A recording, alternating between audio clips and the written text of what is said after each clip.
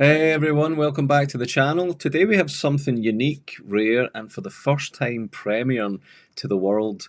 I am joined by a renowned artist that he should be more and more exposed around the world, which he already is. And no doubt you may have come across some of his work in the past, and you might be surprised to see the face behind such a gift. Even Father Chris Aylar was once, but we'll get to that in a moment. And we're going to show you a few videos along the way of how all this has been put together into something beautiful. The history, of course, of the church has so many parts, but one great part we'll always see in church is the history of the art, the sacred art. And to talk us through a lot of his own gift and a lot of his own paintings, which we're about to see in just a few moments beforehand, let me introduce to you the man behind the great gift of this artwork. It is fellow Scotsman Tommy Canning. Great to have you here, brother. Thanks for taking the invitation to come on. Are you doing all right? How's things? Yes, yeah, thanks, Mark. Yeah, good to be with you. We shared a few jokes and stories over in Derry recently in November for the big Eucharistic procession on the Feast of Christ the King, and yeah, it's good to catch up again Yeah, and it was share a wee great. bit about my journey.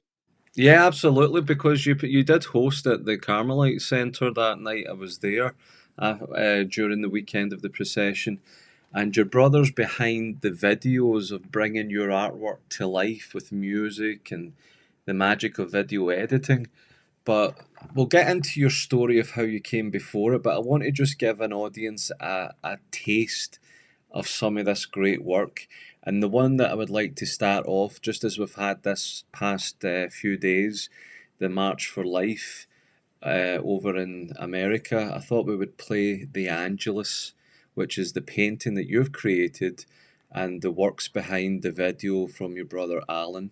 Everyone, have a look at this.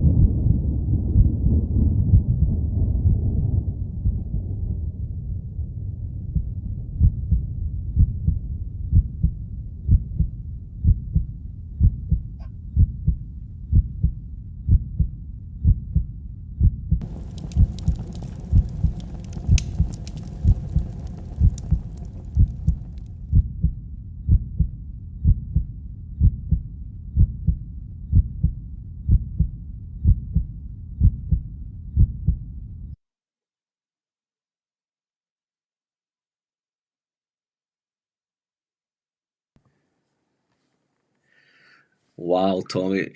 You played a couple of these videos in Derry at the Yeah, procession weekend there, and you know something, you could hear a pin drop every time I've heard it. And the guest house we stayed, then at the talk you gave for a bigger audience, and now watching it again. The music, I mean, Alan picked great music and that to go along with it. You could hear a pin drop when the audience were captivated watching all these videos. And we do have a few more to share out of the many that you've done. But all that the viewers are seeing right now, the Angelus painting, this is done with you free-handed, isn't it? yeah, yeah. They're all hand painted.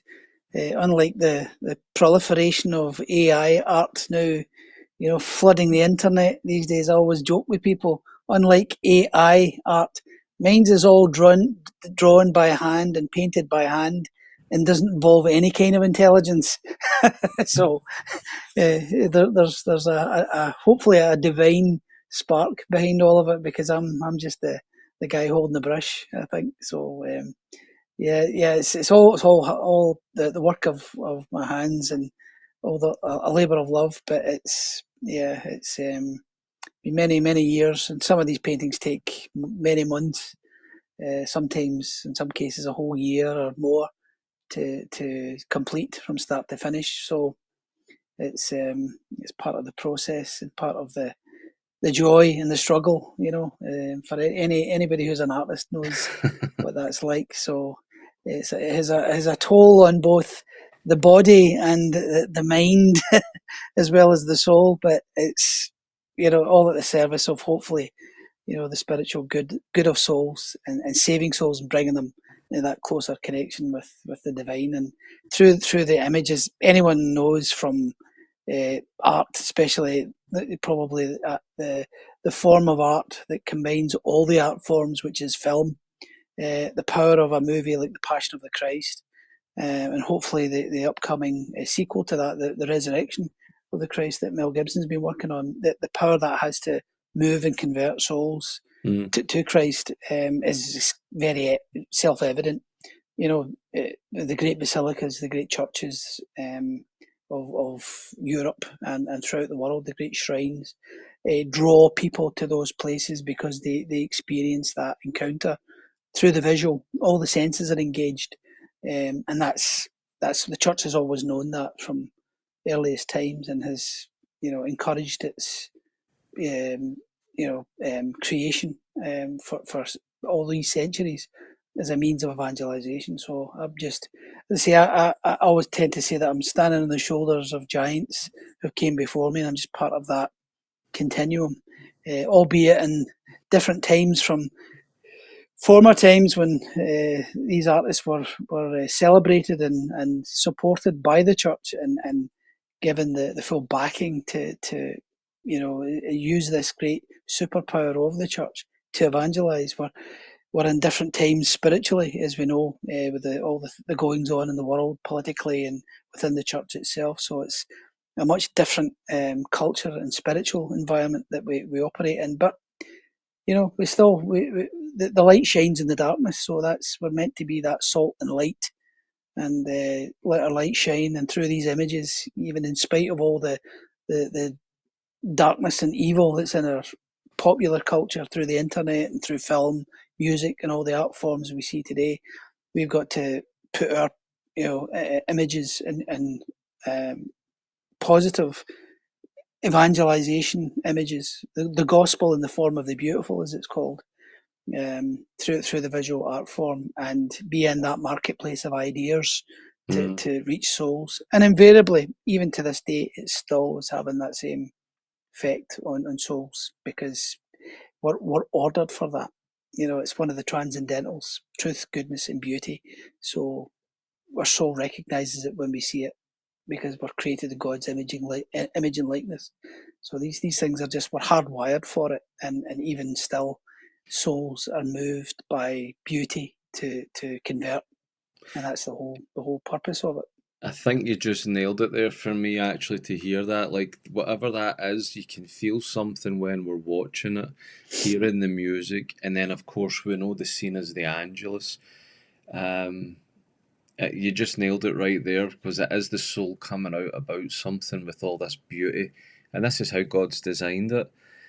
In terms of design of your own, I mean, this is a unique way of how you have seen the Angelus, isn't it? Before we look at others or hear more of your own story, I mean, for me, the detail there, if I just go back to it, the detail for me there is how you make the light come through the window, how the curtains is almost transparent, but how you get the glow of the lamp over at the wall as well. I mean, and the shading, and then you look at the folding of the sheet and the cloths, and then again the garments. When you start taking time, more and more things jump out. But then, of course, this one is very unique because we actually see above Mary's hands baby Jesus. I don't like to call it the fetus, but it's baby Yeah, Jesus. This is at the yeah, moment she gives her fiat, her yes, and that's why the angel Gabriel bowed as she accepted God's divine will in her life. I mean, what made you have this image? How does it come to you? How do you get from the beginning to this? yeah. This one, the Angelus painting, or the event of the Annunciation, is something I'd been sort of percolating. Like many paintings that I've done, they sort of start at some point. And to borrow the phrase, in embryonic form, it gestates, and then grows into a more fuller. And this one was like over many years. I sort of had sort of thoughts about it, but never had the opportunity to eventually put it down onto a painting. So it came to me in different stages, and the Annunciation as a subject in the history of sacred arts, probably after the crucifixion and the Nativity, is probably the most painted and renowned image throughout the history. All the many of the great artists, that you could quote, have all painted their version of the Angelus, or the Annunciation. So it was always in my mind to eventually have a crack at it, but and of course, you're influenced by all these great images that you've seen, and I can, one or two that I would always revisit was James Tissot's, is a Victorian artist who was very inspired by the writings of Anne Catherine Emmerich, the mystic Anne Catherine Emmerich, and her visions of the life of Christ and the life of the Blessed Virgin Mary. And he did in fact, I've got a whole book collection of all these biblical paintings. He painted the entire Bible in watercolors. But the life of Christ is particularly special to me. Again, it was influenced by Anne Catherine Emmerich's visions and how she recorded the scenes that she was shown in the life of the Blessed Virgin and the Lord. And the Annunciation painting he did was one that really always had a big influence on me. Mine's is actually nothing like it in some ways, apart from it being in a sort of darkened room. But I've exaggerated the sort of light, the play of light, the light and the darkness, the contrast. Again, as a metaphor for the darkness of the world, sin, and Jesus being the light, the incarnation, coming into the world at the moment of the Annunciation. So it's the light that shines in the darkness. So I was wanting to sort of emphasize that aspect of the incarnation, Our Lady's yes, being the moment where light came into the darkness of the world, darkness of sin, and this was the beginning of our redemption from that moment.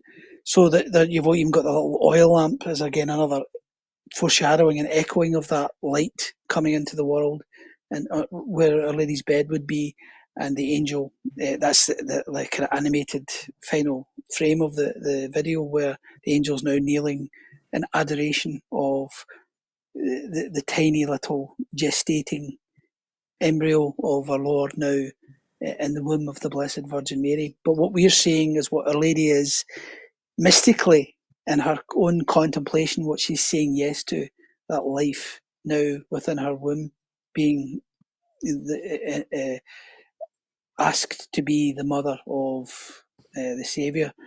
And in our contemporary times, this was the idea that sort of was inspired to do, I feel, because of the contemporary moment in time we were now living through, with life being, and the sanctity of life being a battlefield.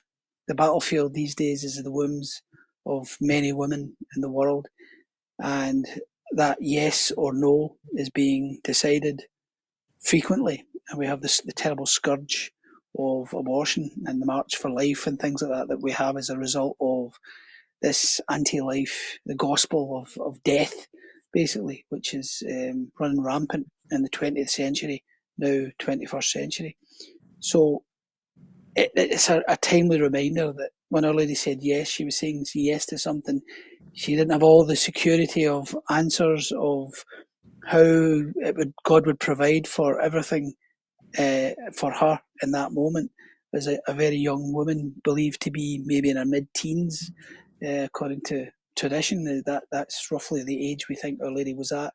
So she's got all this vulnerability of a young virgin now conceiving not just any child, but the child who is going to be your redemption. And she was saying yes to all of this. So there's a message of life, the sanctity of life, in the context as well of salvation history as well, and it being the Annunciation. So I've tried to sort of put those elements into that one. It's a very simple image, but yet at the same time it speaks about profound truths. And then in the foreground we see a little basket of bread, and I purposely put that in the scene again for a foreshadowing of he would be born in the stable in the manger, Bethlehem, which literally means house of bread. He's going to be the bread of life. He would become for us the bread of life after his sacrifice on the cross. So there's that foreshadowing there with the little basket of the little flatbreads that are being freshly baked. Again, telling us about where this is going to continue beyond his earthly mission and 3 years ministry, his death and resurrection, and now he's with us, now truly present in the Blessed Sacrament until the end of time, until he comes back again.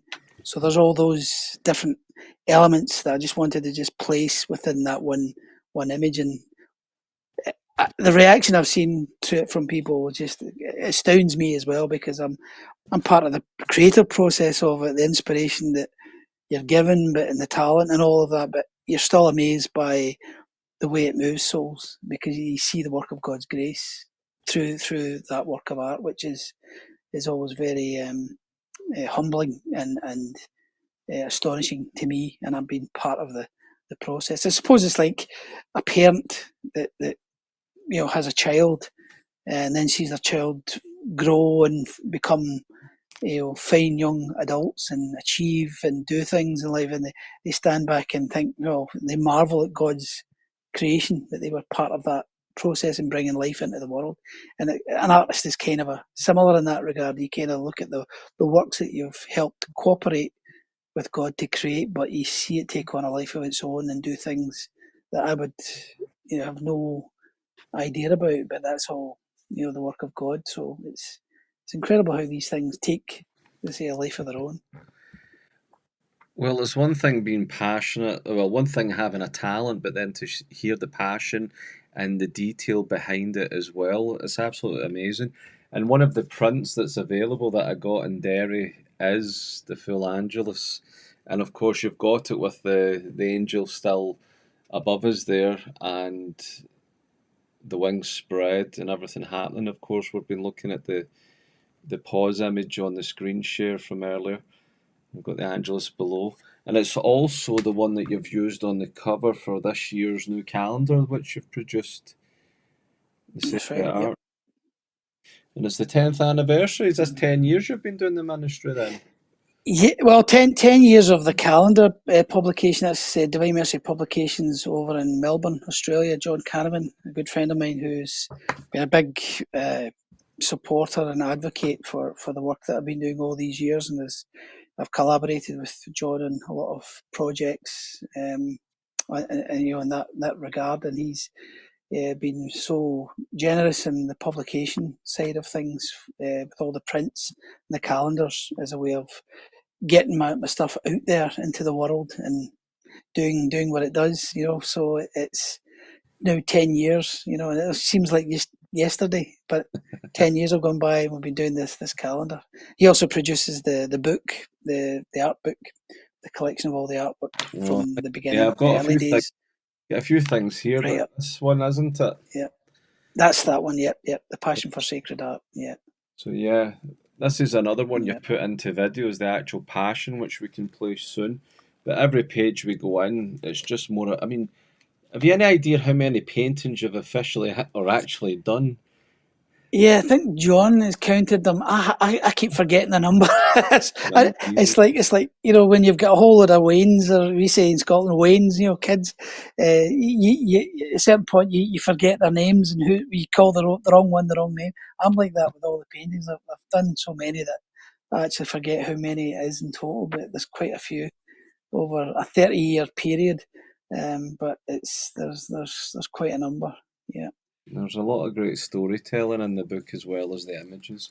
But and yeah, there's at the back. You've even done one of the Holy Face, haven't you? Holy It's Face. Yeah. available in Mm-hmm. prints. I think I got that one. I took the problem is you want to take one of everything. Uh, I know, I that's mean, right. may as well get them out of the way while I'm here. This was the first apostle Andrew called by Jesus. You've done that one as well. I'll try and get a full Yeah. screen up to show them. But yeah, how many did you say? Sorry, I was too busy looking at this. Oh, I don't know the exact number, but there's yeah, must be over 50, maybe 70 or more than that. But I couldn't tell you the exact number, to be honest. Wow. I've been told several times. Somebody, you get different people who are bigger fans of my work than I am myself, and they'll say you've done X number of, and I'm like, wow, I really have. Well, that's news to me, and I'm astounded by it. But I forget because they all say, "What's your favourite one?" And I'm thinking, well, maybe it's the next one. You're always thinking ahead, and they're all sort of like they're all special in their own ways. Like asking what's your favourite child, they're all special because that you've given birth to them, figuratively. So yeah, it's always astounds me the number. It's over a 30-year period, so there's quite a few I've produced over the years. Amazing. Might be too hard to say, but have you got any top favourites? The Angelus one for me at this moment in time, because of you live with them for such a long time when you're painting them. That one, yeah, it was because it was in the it was in the hopper for a long time. So it was finally great to eventually get a chance to put it in. And I had a lot of obstacles and difficulties and challenges along the way, and to get it completed, which is always a good sign when you get a bit of interference from certain quarters. So that one's been a special one. Another one, which was done right after it was, or before it, in fact, was the Death of Saint Joseph painting, and I've seen real effects of that when I've given the video presentations as well. That's a big favourite of mine because it was one I'd been wanting to do for a while. Eventually got the chance to do it, and put my whole heart and soul into trying to capture that moment of Joseph's passing from his mortal life with Jesus and Mary there present. So yeah, the one I did on the Way of the Cross, the fourth station of the cross, Jesus meets his mother. That's a very popular one with many people. It's quite a large canvas as well. So yeah, that one's one of the ones I would say I would put it in my sort of top 10 list of favourites. The Mhm. creation one, which is in the House of Sanctification in Garabandal in Spain. Yeah. For it was commissioned by Tom Fee that we got the house built there for as a study centre for pilgrims that visited Garabandal to study the new and divine holiness of the exemplars of that new and divine holiness of the third millennium. So I did a big giant painting of creation with Adam and Eve before and after the fall. And that on that canvas, that was a whole, probably all in about 2 years work, all the research that preceded it, and drawing, and going back and forth with Tom over in America to sort of get his approval to do the final painting. And the painting itself took about a year from start to finish. It's a very large canvas. It took up the whole wall in my studio through there, the whole end of one wall. It was that big. And yeah, that was a very satisfying one to do because I was able to just sort of let loose and put everything into it that I had, and just let your imagination run wild with. But again, within a certain sandbox of you're trying to show that a vision of the creation of, it's called creatio ex nihilo, creation out of nothing. So we have the Holy Trinity, and that the moment of let there be light, and we see all the planets in the whole universe coming into being, with Earth right at the centre with our Lord, and then Adam and Eve, and two scenes within that painting before the fall, when they lived in complete union with God's divine will, His holy divine will, and then after the fall, when they lost that gift of the divine will and they were expelled from paradise. And we are all now living the effects of that in time and history. But we have, Christ's redemption and our salvation paid for it at a great price on the cross on Good Friday. And we're now waiting that final coming when he returns again at the end of time. So Yeah. that was a big project as well. So they're all, I say, each and every one all has a special place because it's at a different stage of my own development and journey as a Catholic and as an artist, developing and maturing and evolving and slowly improving over the years. So it was, it's been quite the journey when I look back. Well, speaking of the journey, I mean, you highlighted a couple of other ones we've gotten videos to play.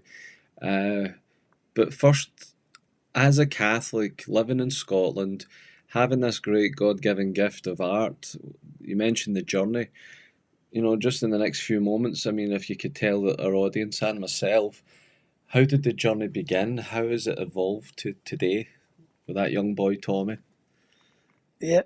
Well, I'm, say, a typical product of many, that grew up in the west of Scotland, Lanarkshire, where I was born, grew up, in New Stevenson, where I went to school, St John Bosco's in New Stevenson, and then moved up to where we live now, just at the start of the Highlands of Scotland, near Helensburgh. So, yeah, and I was born into, youngest five boys, to my mother and father, and grew up Catholic, went to Catholic education and all the rest of it, and of course Celtic were a big thing in our family, being a house full of boys. My dad used to run the Celtic Supporters Club in New Stevenson at one time. So that was a big part of your cultural and religious rite of passage in our part of the world. So yeah, and unfortunately, my father died when I was very young. I was 4 years old when he passed away. So mother was widowed quite young, but I had a happy childhood. We had a good happy time growing up, and our family were.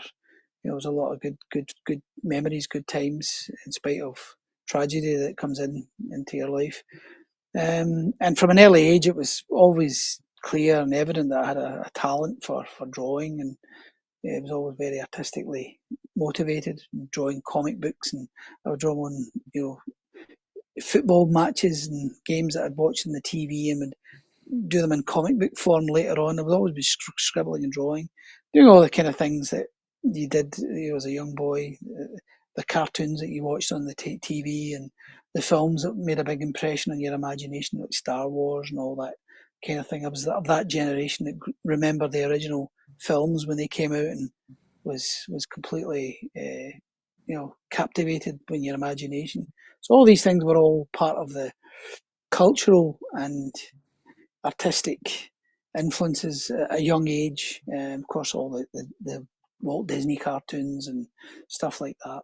And so I had a keen interest in animation and comic books and drawing. The thing I liked about comic books was the storytelling aspect of it.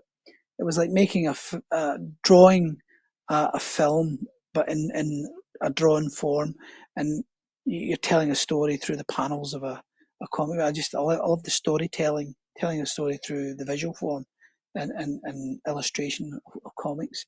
And so that was a big passion as I went into my teenage years, and was really keen to embark on a career as a comic book artist. Do all the superheroes that I was, enraptured with from childhood. Your Superman and Batman, Spider Man, all that kind of stuff.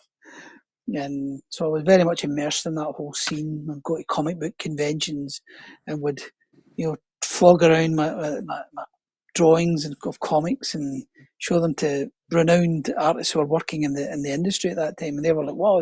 And they would ask you, what age are you? And I would say, I'm only 14, 15. And they were, you're drawing like this. This is like, they were quite impressed by how advanced I was at a young age. So that kind of encouragement sort of sparked me to really want to carry on and develop that. And I was going to go to, at one time I had this idea of go to art school, would learn, get my qualifications in art, and then go into comic books. And this was the vision, the dream that I had. But my family had moved up from Lanarkshire, where we used to live, to where we live. I've lived since the mid 80s to a little village just near Helensburgh, up near Loch Lomond on the west coast, near the start of the Highlands of Scotland. And I just left school at that point, and I was thinking about the idea of maybe going to art school, but I just wanted to produce works of art and get started. I don't want to waste any time with further developing my artistic skills or talents. I just thought I'm ready to go. I was just ready to set off, and applied for some government grants at the time. Got myself like a little load of equipment and started up a little home studio, and was sending off portfolios to all the publishers of that I knew of that were producing comic books, to try and basically get a job as a comic book artist by the age of 16. So I was already saw myself working professionally at 16 doing this stuff. And then, as fate would have it, I got a contract to do a fully illustrated comic book history of Celtic Football Club, because it was coming up on their centenary year in 1988. And I thought, oh, I know all about Celtic. We're big Celtic fans. Yeah, I could do that. It was something that I knew I could delve into and draw the whole history of, in a comic book form, the whole history of the football club, from its formation by the Catholic priest Brother Walfrid, who founded Celtic to help feed and build up the self-esteem of the Irish immigrants who were in the East End of Glasgow in the late 1800s, who were escaping the famine from Ireland. Tell that story in a comic book form, and then all the footballing achievements that it had over the 100-year period since then. And the publishers then, it was Mainstream Publishing in Edinburgh, were based. They did a lot of sport, poetry, political, historical publications. They were completely enamoured by the whole idea, and saw this young man with raw talent and clear, evident talent, because I had a whole mock-up of some sample pages and showed them that, gave them the pitch, and they bought the whole idea, and that was me basically set up and starting professionally at the age of 17. So by the age of 18, the book was published. I then went on to do, at Celtic Football Club's invitation, the official portrait of their famous football manager, Jock Stein, who took Celtic to the European Cup win in 1967, went on to win many successes with Celtic, and became one of the football folklore heroes of his time, and become the Scotland manager and all the rest of it. So Celtic had opened a new lounge in the Jocks in the stadium dedicated to his memory, and that painting was the official sort of centrepiece of the Jock Stein Lounge, which for Celtic fans is kind of like a shrine. It's like the Holy of Holies to them.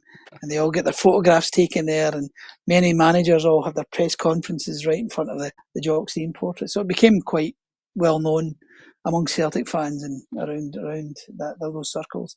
So that was only by the age of 18. I'd achieved all that, and then did another book the following year on Newcastle United and their club history with a co-author and my oldest brother Patrick. We worked on that together with a historian from Newcastle United, and produced another book, the same format as the Celtic one. I went on to do then a lot of work for the Scottish Football Association, for FIFA, and was sort of living the dream. I was doing lots of sport-related illustration, was still wanting to go into kind of comic books in the American side and maybe in the British side full-time and develop there.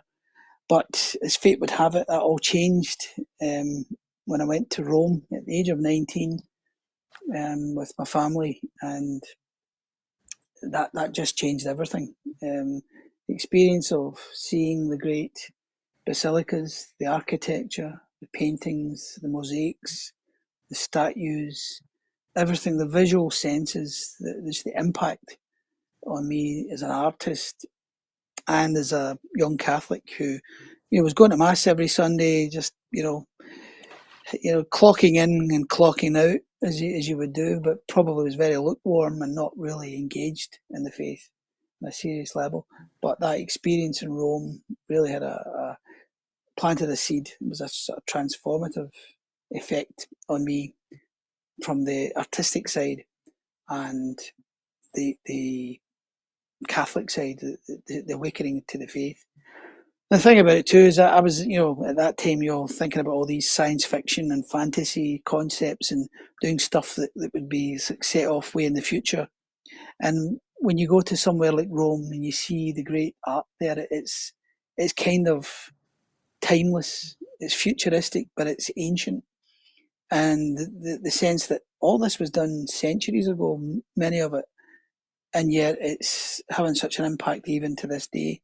And so this was kind of rocking my whole world and preconceptions of what I thought was great art, the kind of level of art I wanted to aspire to. And I saw this just challenging me in ways that, took me many months and probably the next couple of years to sort of really fully process, because suddenly there was a restlessness within me that really what I'm playing with is small potatoes. This is the kind of thing you want to aspire to, and the revelation, sort of epiphany that I was having, is that only the true God and only the true faith can inspire this kind of beauty. This was the sense and conviction that was now forming within my own mind, that because I was so blown away by it. So that and I've come to learn over the years that many converts, many people came to the faith because they saw these beautiful churches in Europe throughout, whether it's Rome or France or anywhere in Italy or Spain, and the atheists fell to their knees. Some of the crucifixes on the high altars and just the architecture, this gospel in stone and paint that converts hearts. So that it was having that impact on me. And then that was the beginning of my own sort of adult awakening to the faith that I'd been raised in, but just kind of kept it on this, on something you did on the Sunday, but then didn't really think about the rest of the week. Now it was, challenging me to take it a bit more seriously, pay more attention, and start to really, live this faith seriously now as a young adult. And so, that was me then off and running. And then it was just little by little reading, maturing, progressing, and journeying in the faith. You're starting to absorb everything. And it was, for me, one of the many things that, Ken, you're of your time, your generation, you became aware of the many apparitions of the Blessed Virgin Mary throughout the 20th century. Began to learn the context of the times that we're living in, and started to connect dots to great numbers of things that I didn't quite, you had little glimpses Came or to the right fragments place. of. That's right. I had to say Yes, you that. start to, yeah. you're just gradually starting to see the bigger pictures sort of starting to, form in front of you, and you're living a more devotional life as a Catholic, and because of that, you start to, become influenced by these things that are impacting you in this new love for the faith that I had. And one of those things was the Divine Mercy message and devotion. And so, that really sort of captured my imagination. And the part that really that was the hook for me, again, our Lord knows how to speak to an artist, is he appeared to this Polish nun in the 1930s and he tells her to paint an image. And I was like, wow, that's fascinating, that's interesting. Our Lord's asking this nun, this humble nun, obscure nun from the middle of nowhere in Poland, to paint this image of his divine mercy as he had appeared to her in this apparition. And so those words were very, they sort of spoke to my own soul. And I thought, yeah, God's given me, this is a talent I've been given by God. This isn't something that I'm in possess of. This is something that He's given me. So I should really use and dedicate this talent to give it back to Him by painting images of our Lord, of His divine mercy, of the Blessed Mother, all these things that I had been reading about and being influenced by and having devotion to. I wanted now then to paint and use this gift to promote these things. And I didn't have any plan or any grand vision or nothing like that. It was just sheer passion for the faith and the devotion that He'd given me, and this desire to sort of use the talent and just produce works of art. I was still doing other little commissioned works and Sport Illustrated and stuff like that was coming in, but the interest for all that just began to wane and fade over time, and the sensus Catholicus was now starting to predominate, and that was all I wanted to work towards, was doing stuff like that, and it just sort of grew from there. And then as the age of the internet came into being, the late 90s, early 2000s, my brother Alan, who he was working in local government at the time, was in IT. He put together a website for me and put all the paintings that I'd done up to that point online. And then it was going all over the world, and people were emailing me from Argentina and from the United States and from Australia and different parts of the world, commenting and thanking me for this, these images that I had produced. And then I started getting invitations to attend Catholic conferences, Marian conferences, and Divine Mercy conferences over in the United States, places like that. And EWTN was coming into circulation in Europe then, with the satellite boxes and everything. People were starting to tune into the Mother Angelica and all of that. And so, of course, we were the same. We were promoting it to everybody we knew in our parish and all around the place. And found that a great source of education and formation, starting to really grow and deeper love for the faith. And so all those things were starting to bear fruit. And then by grace of God, I had the great blessing and privilege, along with my brother Alan, to actually meet Mother Angelica over in Alabama back in, first time was in 2003. We visited the monastery there, and we had a whole day practically with Mother and the sisters there. And she got me to sign a whole load of prints that I had brought to give as gifts to the sisters, and I had to autograph each one. And Mother was just enraptured by the prints and the images. And she took hold of my hands. I always remember we're in the parlour where she received us as visitors. And she took hold of my hands for about 2 hours, and she wouldn't let go. And she was just talking away to us, and we were having some conversations with her and all the sisters, and telling her our own story of how I came to be involved in doing this work and everything. And it was that was a big moment in my own journey. It's meeting someone with the history and the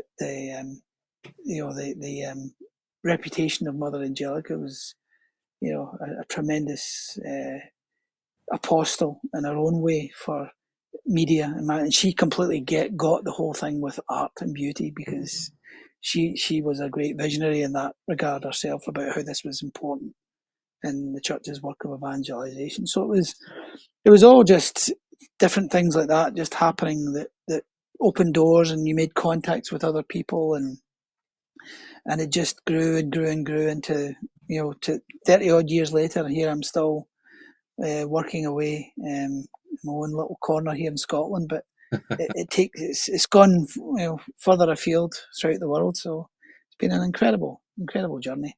No, it's amazing. Thanks for sharing so much of it. It must have been amazing meeting Mother Angelica. She's not the only Oh one, yeah, though. On the note, while I can remember, she's not the only famous religious that you've met. We both, separately, have met Father Chris Aylar, but he was quite excited to meet you because of a certain image. Could you give us a quick story behind that? yep. Well, father had probably knew about me and knew about the work, but he not maybe he hadn't a face to the name, or he knew the paintings. Oftentimes that's what happens with me, that people have seen the artwork before they've met the person. So and I of course obviously knew his reputation has gone far and wide through, his YouTube channel, and being the head of the Marians in Stockbridge, Massachusetts. I knew Father Don Calloway. We've met Father Calloway a few times. I've been to some conferences with him, and had some wild adventures with Father Calloway. I'll leave it. I'll leave it at that. I'll say no more. But it was all in good fun. But yeah, so I'd been to the Marians. I'd been to Stockbridge a few times, but that was long before Father Aylar was there. So he became the sort of head several years ago, and has done incredible work in their apostolate there. And yeah, he'd done a whole series on the sacraments, and it was online, and he was talking all about all the seven sacraments, and one of them, of course, being confession. On his video it's on YouTube, and the painting itself has gone viral before that, even through the internet and YouTube and many blogs and articles on confession, especially during Lent, as you go towards Easter and the Feast of Mercy on Low Sunday, first Sunday after Easter. The painting that I did on the confessional, which is the Tribunal of Mercy, which is from a diary entrance of Saint Faustina, where she talks about Jesus being there in the confessional. When the penitent goes to confession, the penitent is actually confessing there to Jesus. He's only hidden by the priest. And so at the painting, I've done this image of the penitent at one side of the screen and the priest at the other side.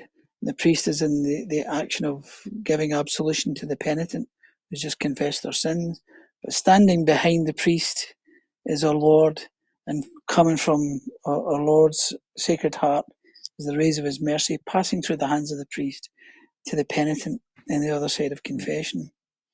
And Father Aylar, spoke at great length, using this painting as a sort of visual catechetical aid in telling all the truths of this great sacrament, of how it effectively it is a cleansing of our soul and removal of all stain, sin, and punishment in the confessional, when the priest absolves us. And it's where our Lord said the greatest miracles of divine mercy take place because they are incessantly repeated.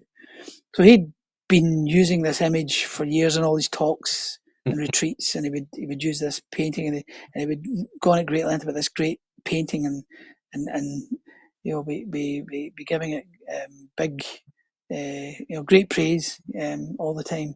And so I finally got to meet him in person last year in Australia and New Zealand, because we were both part of a Divine Mercy conference events there. And he was just like as giddy as you could imagine, just finally getting to meet the actual artist that painted the painting. And I'm getting to meet this famous priest who's become renowned through his work on AWTN and with the Marians and everything. And the reputation he's gained as, a very great communicator in this age. So it's a funny how, you have these people that are opposite ends of the world, yet God brings together through art and through the faith, and a sort of mutual appreciation society. So we had a great time there last May over in Australia, and of course he wants to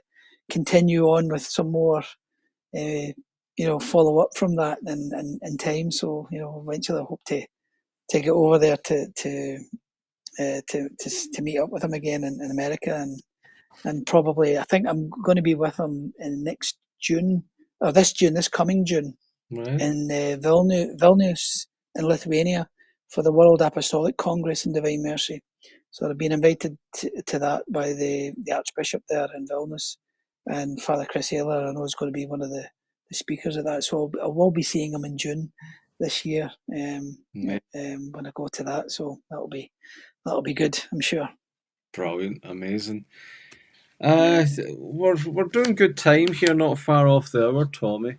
I just want to maybe just go back to a couple of, like, what you were saying, your journey with, like, the art, because where you live, like you say, in Lanarkshire, it's only like 2-3 miles away from where I was brought up, and we're both quite close to the National Shrine, Carfin Grotto, which has great history. But a few miles away in the other direction, I'm probably in the middle of you and another man who did famously create comic books.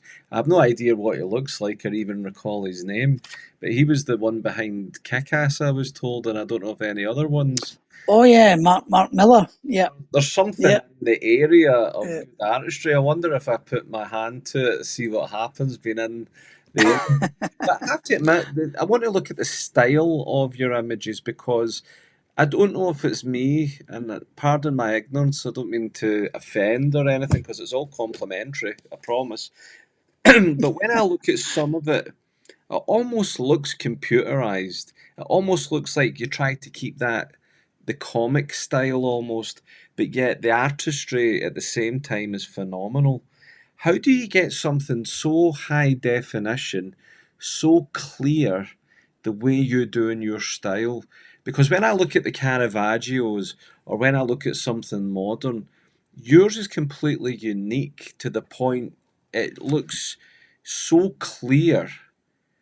How could it be paint on a canvas? I mean, what type of paint? Is it in the paint? Is it the brush? Is it just how you do it? But it's really, I mean, how do you get it so clear? The style? Yeah, well, it's probably a combination of it's just a talent, a gift you've been given, but obviously God He gives all the gifts, so you're always just part of that process. But I've always had again, it's going back to the comic book stuff. It was always I had a fascination for high detailed attention to detail.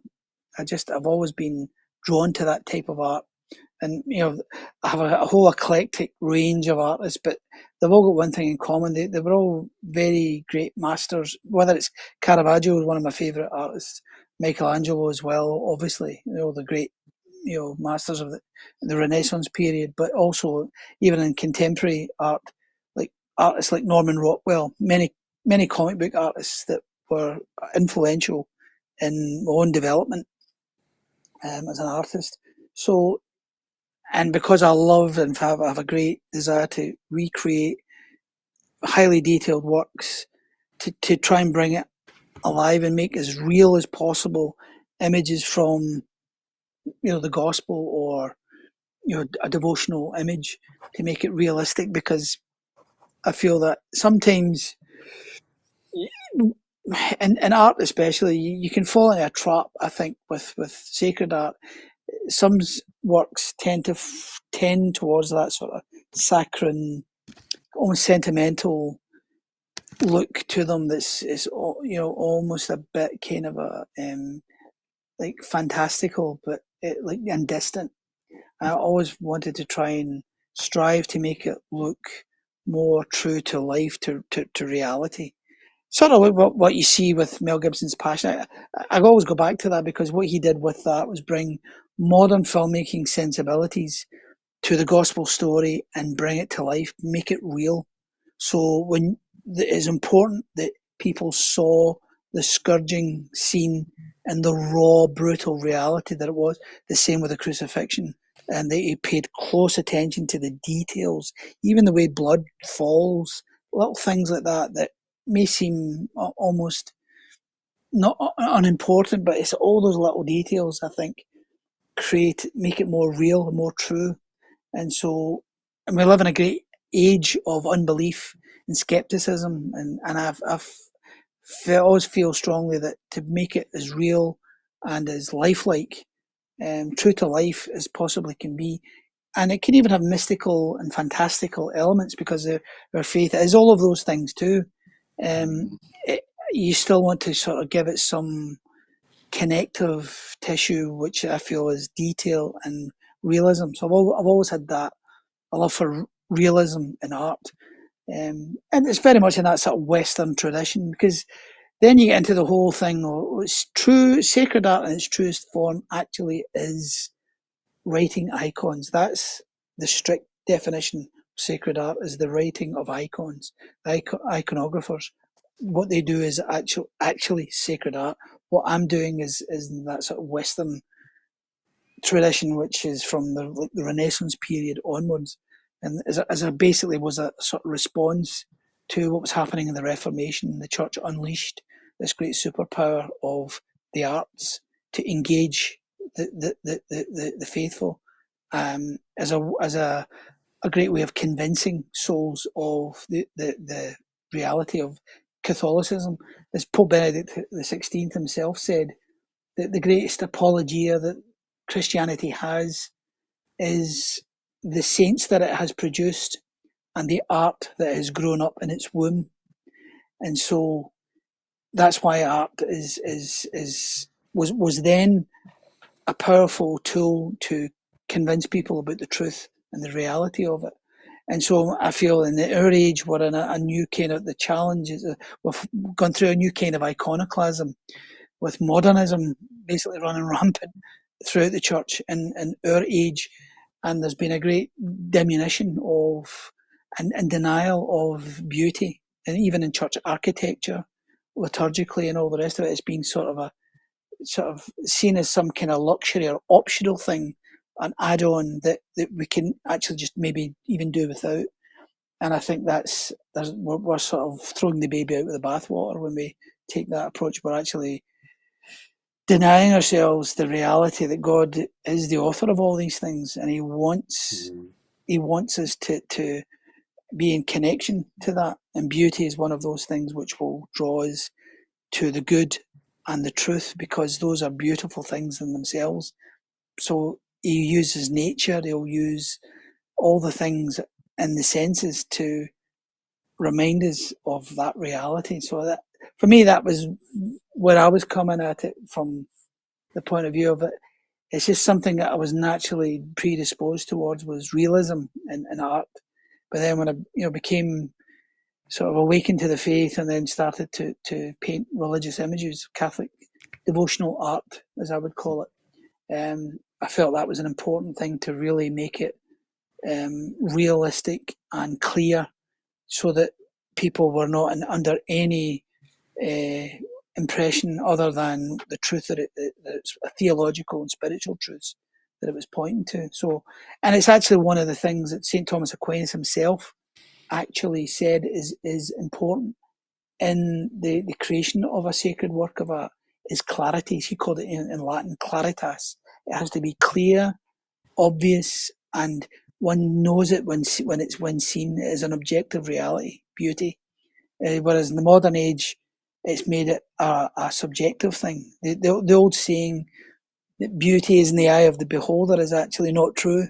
It's an objective truth. It is something discernible, and everybody can know what a beautiful thing is. We're all being given that power Mm. of discernment to know beauty when we see it. So to me, that's building on that, is that things have to be clear, precise, and for me, the more realistic, the more it speaks about the reality of the faith. So that's what you strive for. Whether I succeed in that or not, again, I just go by the response from people. And when you see that the people maybe move to go to confession, they're moved to a deeper devotion, they're moved to tears. I gave that presentation recently in Derry, and the amount of people that were literally in tears at the end of it was quite unnerving on some level, because it's not something you want to sort of, like own up to, because you think, well, I'm just sort of presenting the art, but the art, the power that it has to actually touch souls in that way. Mm-hmm. For me, then I take a step back and think it's only God could do that, because it's beyond my comprehension. So I'm quite happy to just, be the go between, just the painter, but not think too much about how he can use it, because it's quite daunting when you take a step back and you see the reaction like that. So hopefully it's having a good effect, and I'll keep striving to perfect that as more and more as I go forward. So Yeah. you're always your own worst critic, and think, no, you always want striving for even greater, demanding more of yourself, because you feel God deserves nothing but the best. Oh, And yeah. St. Bernard of Clairvaux once said that where everything is given, nothing is lacking when everything is given. So that's my sort of motto with the art. You pour your whole heart and soul into it, and if it has that end effect on touching one soul, then it's worth all that effort. Yeah, absolutely. Beautiful stuff. But there's just something still about it when I look at the image, even this one at the front of the book with the Passion of the Christ, which we'll play in a moment, maybe to finish off this interview. And you'll understand, hopefully, the viewers, what I mean when you see the detail. It's almost lifelike. Because I've seen watercolours, which are a different thing altogether. I've seen acrylic painting with a friend that it's very good at that, and he's had a lot of work put out. But I think I've had to walk into an art studio and see all the different ones there. Something still stands out now and again. I wouldn't say I'm a big art, like know-all type of guy, no pretentiousness or anything like that. But you see something, something just hits you sometimes. But I think yours would still stand out, not because of it being sacred art, but just the detail. It's almost like you've ironed in the colours. I would have to see you do it to get what I'm trying to understand, if that makes sense. Yeah, Because I've yeah, painted throughout school and art class as you go through school, high school even. And yeah, some people are just gifted and others get by and some are just not any good. But it's just the detail, like you could almost think for a second that might have been the cover of a comic book with that style, not the sacred part, but just mm, how it's there. It's like 4K painting. It's like so clear. That's what I'm trying to yeah, get to. It's so clear that I've never seen before. But maybe to finish off then and to prove that point, maybe others see it as I do. Let's play the video your brother Alan put together for your painting on the Passion of Jesus. Is that all right? yeah. That's a new sort of composition of all the works I've done relating to the Passion that Alan, did the all the editing and Mm-hmm. compilation of all of that. So it's a good Yeah, one. let's play it then.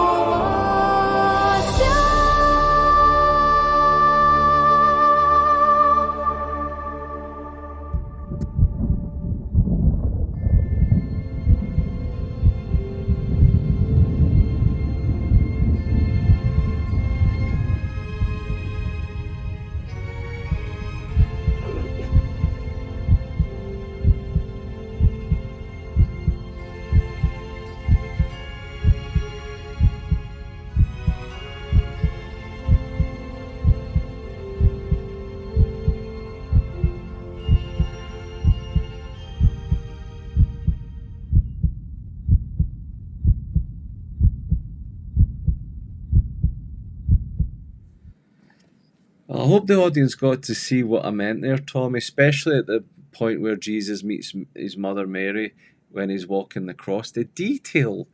It's a 4K painting. There's just something that's different about how you paint that I've never seen such clarity in the style. But could you quickly tell us then the story of the Passion painting?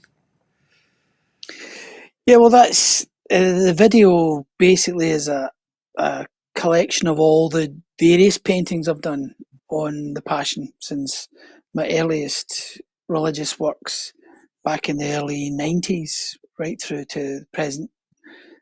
So, yeah, that obviously it's always something that had a very, especially around Easter time, during Lent and as you go towards Easter, it was always something you'd meditate on a lot. As a young Catholic growing up throughout your life, it was, you know, you're formed to these visual images, you would watch a lot of the great movies, down the years, all the great Bible movies that would come on at Easter time and things like that. So these were always part of your collective sort of visual library and all the great paintings. Of course, when I came to more um, sort of awakening to the faith in my adult years, then yeah, I encountered many different things that really inspired me on that and on that journey. One of the major influences in my own spiritual development, my early sort of young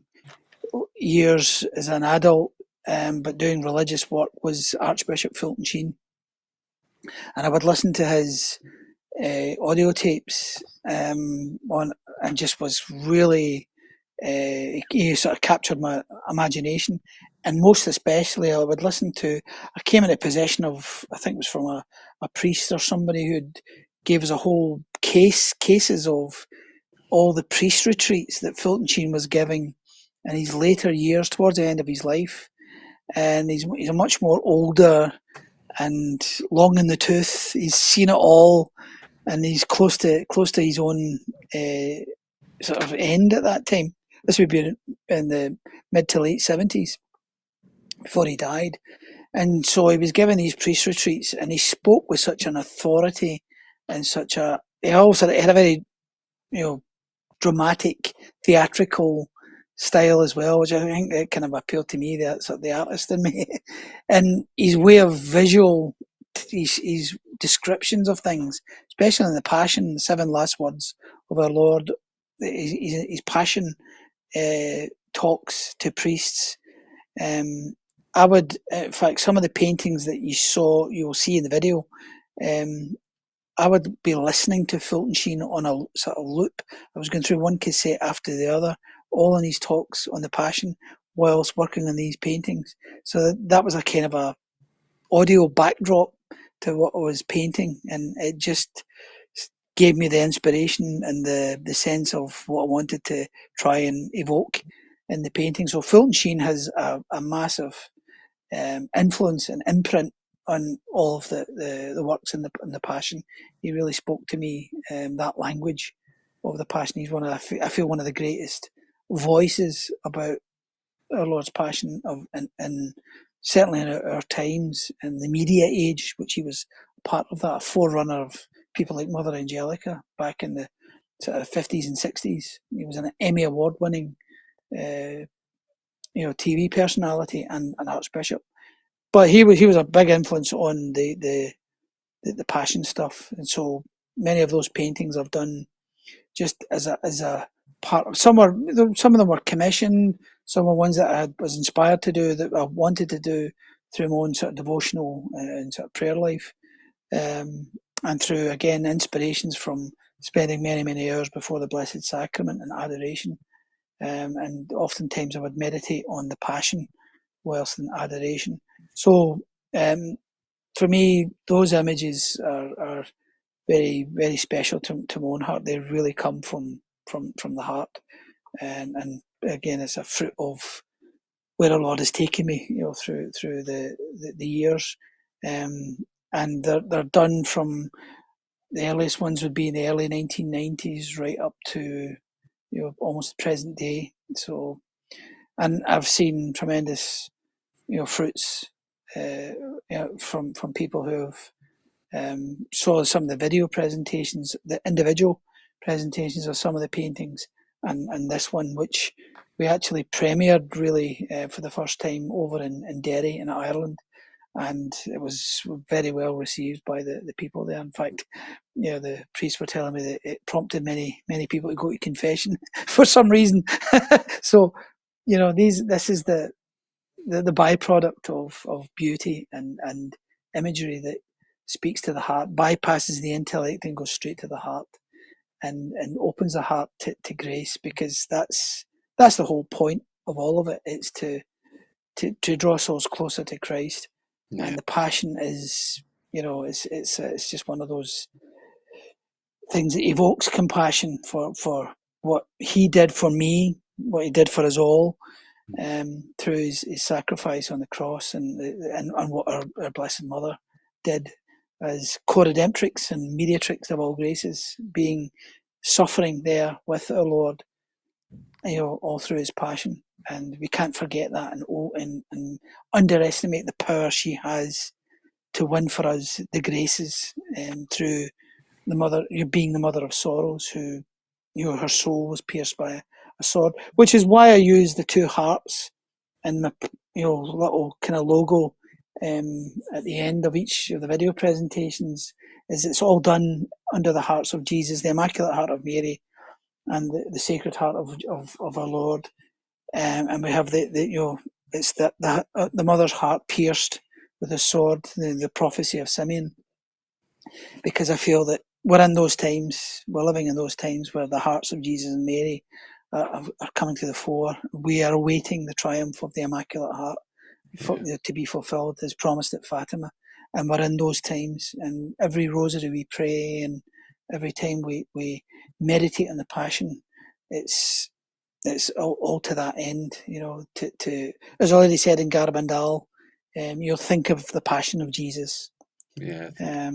And we have, through the writings of Luisa Picaretta and the Divine Will, the hours of the Passion, where, she was given to understand what Jesus was doing in every single hour of his Passion, from the moment it began to its consummation. And then in the Divine Mercy, you've got the prayer of the Divine Mercy Chaplet for the sake of his sorrowful Passion. So this is sort of, for every Catholic, this should be deeply embedded in our psyche as Catholics, that the Passion always is the source and summit of everything, that won for us that great gift of redemption, and now we await the fulfillment of that plan, in the triumph of the Immaculate Heart in our time. So the Passion for me is the kind of the soul of everything that I do. It's everything sort of revolves or reaches to up to that. And when I get to do any painting on the Passion, it's always for me a very special moment, special work that I'm doing, more so than anything else. As much as I love all the Marian images and all the other aspects, saints and things like that, for me, when I get to do something on the Passion, I really go into, I feel I'm in my real wheelhouse, as it were, as an artist and as a Catholic, because to me that's the pinnacle, and it's a great thing and a tremendous honour to be able to create images like this that I've been inspired to, that can help a soul. If it saves one soul and converts one heart, then all that hard work and effort was worth it for me. Yeah, definitely. And when you think of that, like you said earlier, it was Jesus who asked for the painting of Divine Mercy. And then you look again, saving souls, it was the image of Our Lady of Guadalupe that converted millions. The That's painting right. by Yeah. God himself on the Tilma. So there's Yep. An definitely image not something. made by human hands. Yep. Yep, absolutely. There's something beautiful about it.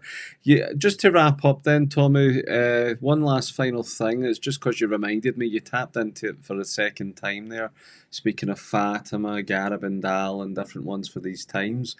Have you get any inspirations of like the future project based something around that? Because when you were speaking earlier, it just came to me. Is there any possible way a man of your talent could bring in that mountainside of Garabandal, with the time of the great miracle, the illumination, even or something. I don't know how you'd go about it, but it just came to me while I was listening to you. Yeah, well, funny you mentioned that. I actually Ah, did do one of, it's just my own interpretation of it, of the prophesied great miracle. well, have you? Yeah, if you look in the book, you'll see it's in the books up near the back.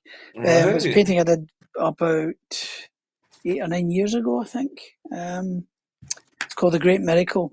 It's one of the prophecies of of Garabandal. So yeah, I did do a version of that, I'll need to which look it up. is in the book. So, and Oh I've well. written a whole piece on it as well. So yeah, I've had, that was a commissioned work, so it wasn't something I was intending to do. It was somebody who had a great devotion and was a great believer in the authenticity of the message in Garabandal. He's a gentleman over in Australia, and he commissioned me to do the piece several years ago. So I worked on it over several months, and you see the whole scene of Garabandal and the pines where the miracle is alleged to be the sort of permanent sign that will remain there. So, yeah, and it's sort of like a depiction of the Shekinah glory of God. The kind of a column of light, that's you know, which took place in the Exodus. So Mm, it's just an interpretation. It may or may not be that. I don't have any special insights or knowledge about it, but it's just something to contemplate, and we look upon it with in awe and wonder of the greatness of God, that God can do these things. mm, Our Lady, pointed to the great miracle in the sun in Fatima, where over 70,000 people saw the sun dance and change colours, and on a cloudy, pouring, rainy day, and God, who's the author of nature, can suspend those laws and create a great miracle that everybody can see. So he could do it then. He could do something on a similar scale or even greater. yeah. And if Garabandal comes to its fulfilment, which I'm a believer in the message of it, and I think we're fast approaching that time. Yeah, So absolutely. yeah. Yeah, well, if people could have a camera on us in Derry that weekend, everything we spoke about and shared with that type of genre, it would be amazing. Maybe if Oh yeah. you and your brother can come on another time to give us a treat in that, because you're at the right place when it comes to wanting to look at the times. But before we go into that, just to wrap up then, Tommy, could you let all our audience know where they could find your works? You know, the prints, the calendar, the books, and the videos, and everything else. I see your website was popping up there. Can you let the viewers know where to go for that and anything else? Yeah, yeah, you can go to, if you want to go to my website. It's just actually went live just around about Christmas time, and it's tommycanningart.com. So www.tommycanningart.com, and you can see a lot of the artwork on the website. Or failing that, go directly to Divine Mercy Publications in Australia, um, divinemercy.org.au, Australia. So it's got a whole extensive range of a whole page there with all the artwork in its entirety that I've done. And the book that Divine Mercy Publications is published is available there with a complete collection right up to the latest work is all included, and an explanation of all the paintings that I've done over the years, over past 30 plus years now. So starting to feel old. When I started doing this, I had dark hair. Now, dark brown hair. At least you've still got I some. feel, yeah. I feel like Moses. Every time he come down the mountain, his hair got whiter. Every time I've done a painting, my hair's got whiter and whiter and whiter. Getting So wise. it's the way it goes with these things. Brilliant. Yeah. So No, you must have been up even higher mountains than me when you get none. yeah, I thought I was touching the sun, it burned it off. Get too close to the burning bush anyway. That's it. Yeah. Absolutely brilliant, Tommy. Good stuff. I know we've Yeah. had a good amount of time chatting away, listening, and been fascinated with your passion, your gift, and seeing those images and the videos coming to life thanks to your brother Alan as well. I just want to tell everyone, make sure you check on those links that Tommy gave to all his works. They're in the description box below. Don't forget to give us a thumbs up, like, subscribe if you haven't already, and share the videos. Cast those nets and reach as many souls as possible. This just might be a new way, the way for certain individuals to find the Lord again, as we've heard through Tommy already, with others being inspired to find their way to confession, back to the sacraments. So do your part, we've done ours, and until next time, as always, take care and God bless. God bless.